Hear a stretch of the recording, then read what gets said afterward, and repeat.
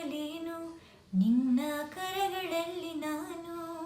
ಯುಗದಾಚೆಗೂ ಜಗದಾಚೆಗೂ ಜೊತೆಗೆ ಸಾಗುವೆ, ಕಡಲೆಲ್ಲವ ಅಲಿಸುತ್ತುವ ತರವೇ.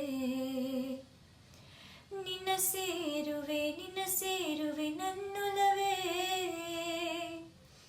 ಸಂಜು ಮತ್ತು ಗೀತ ಸೇರಬೇಕು ಅಂತ